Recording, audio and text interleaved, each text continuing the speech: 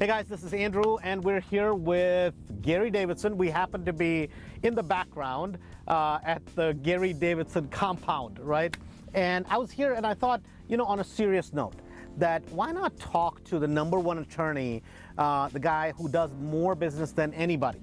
Let's talk about kind of what happened last year, and then let's talk about what separates the ones that are really building businesses rather than just doing a deal or two. Yeah, so I represent everybody, Andrew. I'm a lawyer, so Right. We take good clients, we take bad clients, but what's really separating people, when we really break down the numbers, if you're putting me on the spot, the average person who's doing a flip, we're looking at probably a gross profit of around $62,000. Now that's gross. That's gross, okay. So explain, what does 62,000 average gross mean? Because that's not the profit. People look at gross profit, they think, oh my God, the investor made that kind of money, right? So when you're talking about a gross profit, that means you bought it for 100 and you sold it for, say, 162.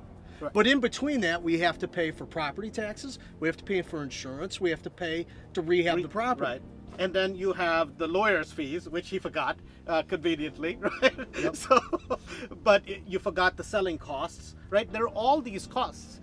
And on average property at 62,000, gross profit is about 1,300 square foot house was average what sold in Chicago last year. So the average person made no money, right? That's the dirty little secret about the business. Yet there is a ton of investors that are just absolutely killing it, right? So on a flip deal, how much money should people be making?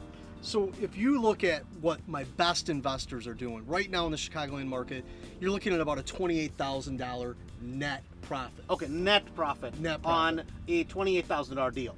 And these are these big deals or are these smaller deals? This is going to be anything we want, ARVs of $360,000 or less. Right, because a lot of times people are like, man, I'm going to do, the HGTV style rehabs, I'm going to kill it with bigger houses. Is that the case?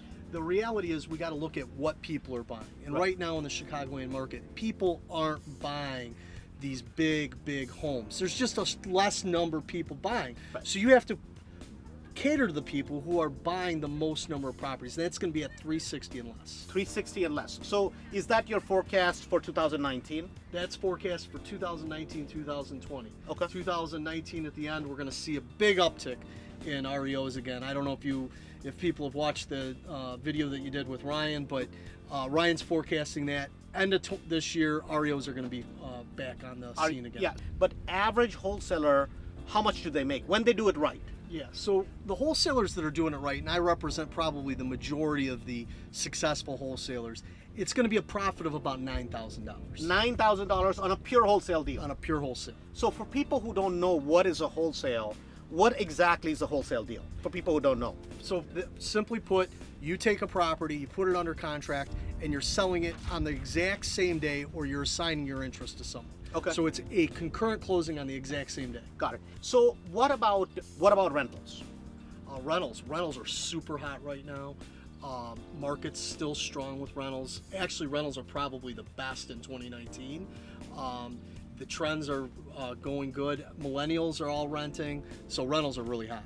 You and I both know people that strictly have focused on the flips. Right. And that produces income, but it doesn't create that wealth building strategy. And you have to have a diversified business, no matter what it is. In building a successful business, we want to minimize our risk and we want to maximize our return. And by minimizing your risk and maximizing your return, Andrew, you flip, you wholesale, you rent properties. And the reason for that is you don't have all your eggs in one basket. No, absolutely not. Gary, man, I appreciate you having us, #1, here at your place. A beautiful day, and we have a huge party. I think people have already started gathering back over there. So let's get back and let's have some fun. Sounds great. Right? Let's go.